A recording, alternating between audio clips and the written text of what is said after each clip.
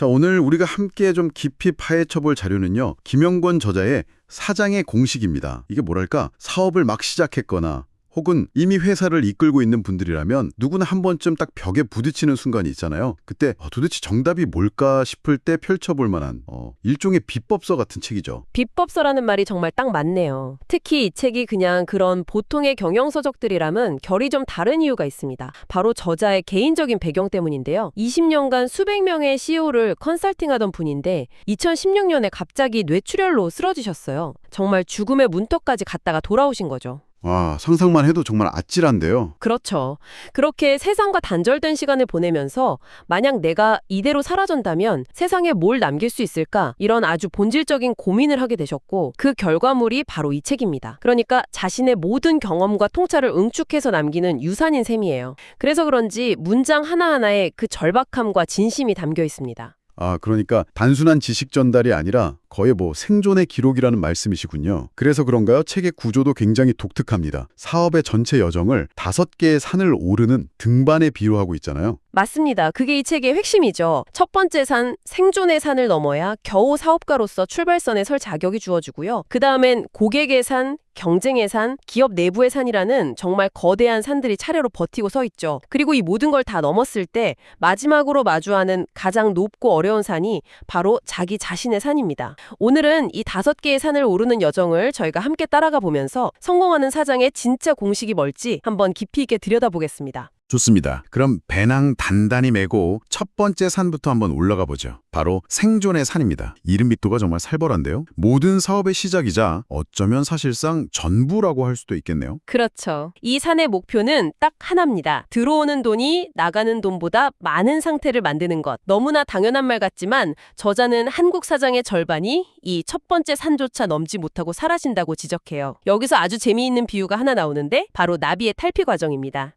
그 번데기에서 빠져나오는 과정 말씀이시죠? 네. 나비가 애벌레에서 번데기가 되고 마지막에 그 껍질을 뚫고 나오는 과정이 엄청나게 고통스럽다고 하잖아요. 그런데 만약에 누군가 안쓰러워서 껍질을 살짝 찢어주면 그 나비는 날개 근육이 발달하지 못해서 결국 날지 못하고 죽는다고 합니다. 스스로 껍질을 뚫고 나오는 그 처절한 몸부림 자체가 날개 근육을 만드는 과정인 거예요. 사업 초기의 생존 투쟁도 똑같다는 겁니다. 이 고통스러운 과정을 겪어내야만 사장으로서 다음 산을 오를 자격, 그러니까 단단한 사업 근육이 생긴다는 거죠.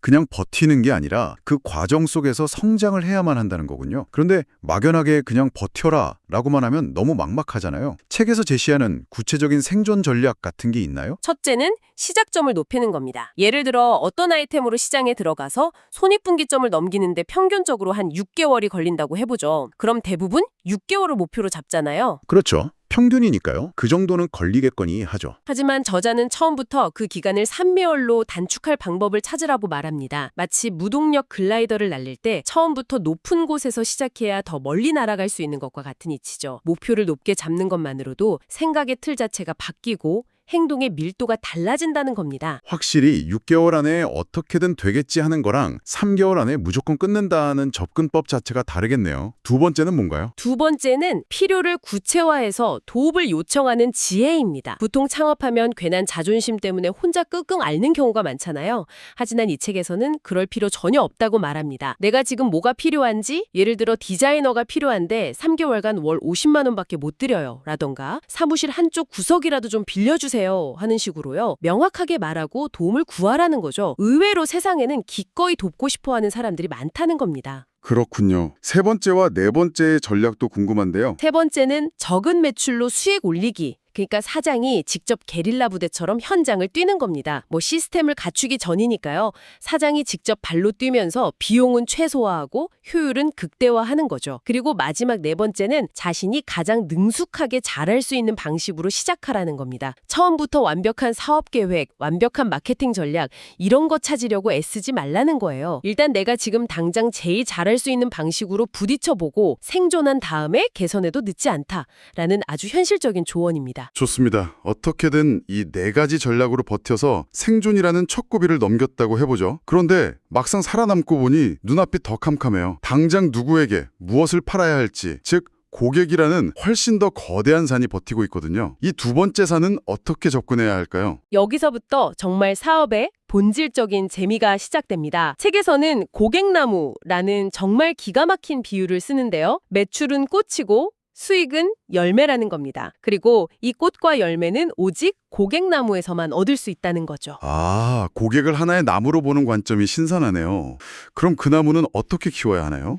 이 나무를 키우는 기술의 핵심은요, 고객의 마음속에 있는 두 개의 블랙박스를 이해하는 데 있습니다. 하나는 만족 블랙박스, 다른 하나는 불만족 블랙박스예요. 여기서 대부분의 사장님들이 큰 착각을 합니다. 고객의 불만을 해결해주면 돈을 벌 수 있을 거라고 생각하는 거죠. 잠깐만요. 그게 보통 우리가 아는 고객 만족 경영 아닌가요? 불만 사항을 잘 처리해 주는 게 중요하다고 다들 그렇게 얘기하잖아요. 바로 그 지점입니다. 저자는 그건 그냥 본전치기일 뿐이라고 단언해요. 고객의 불만을 해결해주는 건 고객이 우리를 떠나지 않게 만드는 최소한의 방어 조치이지 우리에게 돈을 쓰게 만드는 결정적인 이유는 아니라는 겁니다. 돈을 쓰게 만드는 힘은 오직 만족 블랙박스 안에만 들어있습니다. 그 말씀은 우리가 흔히 고객 만족이라고 부르는 것의 개념을 완전히 뒤집는 거네요. 그렇다면 그 만족 블랙박스는 대체 어떻게 열어야 하는 건가요? 이건 뭐랄까 거의 독심술 수준인데요. 책에 나오는 시외버스 터미널 근처에 허름한 식당 예시를 보면 바로 이해가 되실 겁니다. 그 식당이 맛도 평범하고 위생도 그저 그렇고 심지어 주인도 불친절해요. 불만족 블랙박스를 열어보면 불만 변수가 가득하죠. 그런데도 손님이 끊이지 않습니다. 왜일까요? 글쎄요. 위치가 좋아서 그런가요? 정합합니다. 버스 출발 시간이 임박한 배고픈 승객들에게 가장 중요한 니즈는 빠르게 배고픔을 해결하는 것이거든요. 이 식당은 그들의 만족 블랙박스 안에 있는 바로 그 핵심 변수를 정확하게 건드린 거죠. 맛이나 친절 같은 건 부차적인 문제가 되는 겁니다. 이처럼 고객의 숨겨진 진짜 욕구, 니즈를 파악하고 그걸 해결해주겠다는 구체적인 약속, 원치를 제시하는 게 핵심이에요. 월마트의 상시 저가, 에브리데이 로우 프라이스 정책이 대표적이죠. 무조건 싸게 사고 싶다는 고객의 만족 블랙박스를 아주 강력하게 공략한 겁니다. 아, 이제야 그림이 딱 그려지네요. 불만을 없애는 데 집중할 게 아니라 고객이 돈을 낼 수밖에 없는 그 만족 포인트를 찾아서 파고들어야 한다. 자, 그렇게 고객나무를 잘 키워서 꽃도 피고 열매도 맺히기 시작했습니다. 그럼 당연히 그 열매를 노리는 경쟁자들이 나타나겠죠. 세 번째 산, 경쟁의 산입니다. 이 험난한 산은 또 어떻게 넘어야 할까요? 여기서 아주 재미있는 1+2 강점이라는 공식이 등장합니다. 이건 한번 우리 고객이 된 사람을 절대 뺏기지 않는, 뭐랄까, 일종의 덫을 만드는 기술에 가깝습니다. 덫이라니 표현이 흥미롭네요. 원은 뭐고 플러스 2는 뭔가요? 여기서 원은 방금 이야기한 고객의 만족 블랙박스를 공략하는 그 누구도 따라올 수 없는 압도적인 강점 하나를 의미합니다. 월마트의 가격처럼 그 분야에서만큼은 무조건 넘버원이라는 평가를 받아야 하는 우리 회사의 가장 강력한 무기죠. 이게 바로 고객을 끌어들이는 미끼입니다. 아, 그럼 플러스 2가 덫이라는 거군요. 맞습니다. 이 플러스2는 고객의 불만족 블랙박스에 있는 변수들을 해결해주는 두 가지 강점입니다. 그런데 중요한 건 이 두 가지 강점은 밖으로 잘 드러나지 않는다는 거예요. 예를 들면 뛰어난 내부 소통 시스템이라던가 효율적인 재고 관리 능력 같은 것들이죠. 고객은 그런 게 있는지 직접 보지는 못하지만 이 회사는 항상 주문하면 다음날 바로 오네. 여기는 이상하게 반품할 일이 거의 없어. 이런 긍정적인 경험을 통해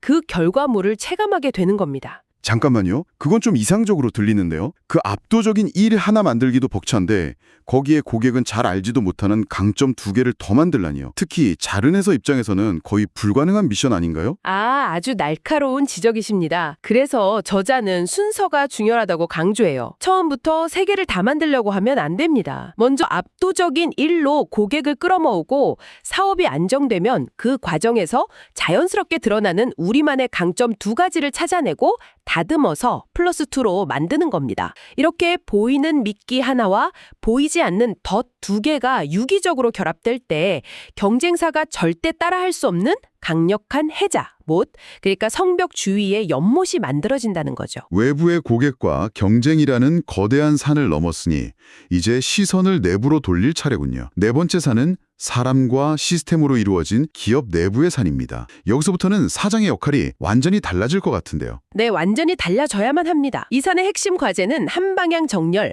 영어로는 얼라이닝이라고 하죠. 우리 몸의 심장, 폐, 위가 각자 따로 노는 게 아니라 생명 유지라는 하나의 목표를 위해 유기적으로 움직이는 것처럼 기업의 모든 활동이 하나의 목표를 향해 정렬되도록 만드는 겁니다.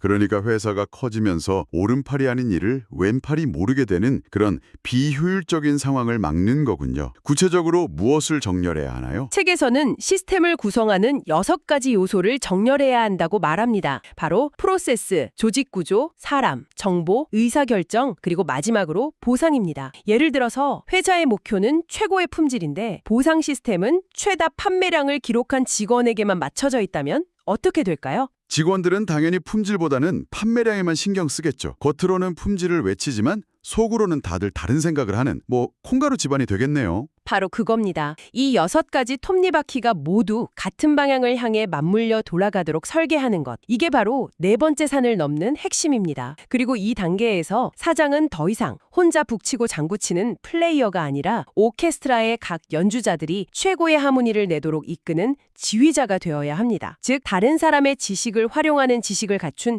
진정한 경영자로 거듭나야 하는 거죠.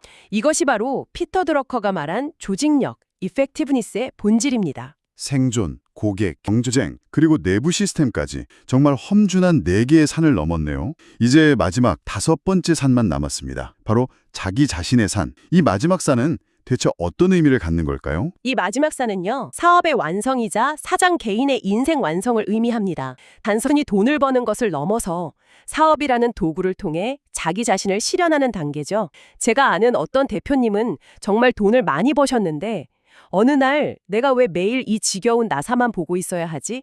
이런 현타가 왔다고 하더라고요. 사업은 대성공했는데 인생은 실패한 기분이었다고요. 바로 이 마지막 자기 자신의 산을 오르지 못한 겁니다.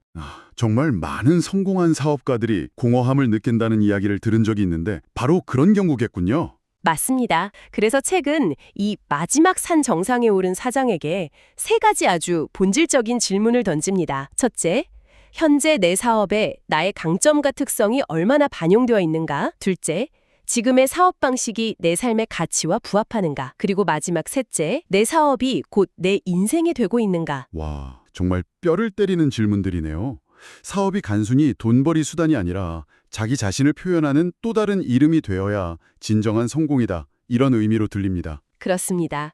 저자는 수많은 사장들이 앞선 4개의 산을 넘느라 모든 에너지를 소진하고 정작 가장 중요한 이 마지막 산 앞에서 주저앉거나 지난 시간을 후회하는 경우가 너무나 많다고 안타까워합니다. 사업과 인생을 일치시키는 것이 얼마나 중요하고도 어려운 과제인지를 보여주는 대목이죠. 오늘은 김영곤 저자의 사장의 공식을 통해 한 명의 사장이 사업과 인생에서 성공하기 위해 넘어야 할 5개의 산을 함께 등반해봤습니다. 생존을 위한 처절한 몸부림에서 시작해서 고객과 경쟁자를 이기고 내부 시스템을 다진 후 마침내 사업을 통해 자기 자신을 실현하는 마지막 단계까지 정말 거대한 여정이었습니다. 이 책이 주는 가장 큰 통찰 중 하나는 이 과정이 반드시 순차적이라는 겁니다. 건너뛸 수가 없어요. 각 단계의 산을 넘으면서 얻은 경험과 역량이 그대로 사업 DNA가 되어서 다음 산을 넘을 힘을 줍니다. 마치 애벌레가 번데기 과정을 거쳐야만 나비가 될 수 있듯이 사장 역시 사업의 성장에 맞춰서 스스로 진화하고 변태해야 한다는 강력한 메시지를 던지고 있습니다.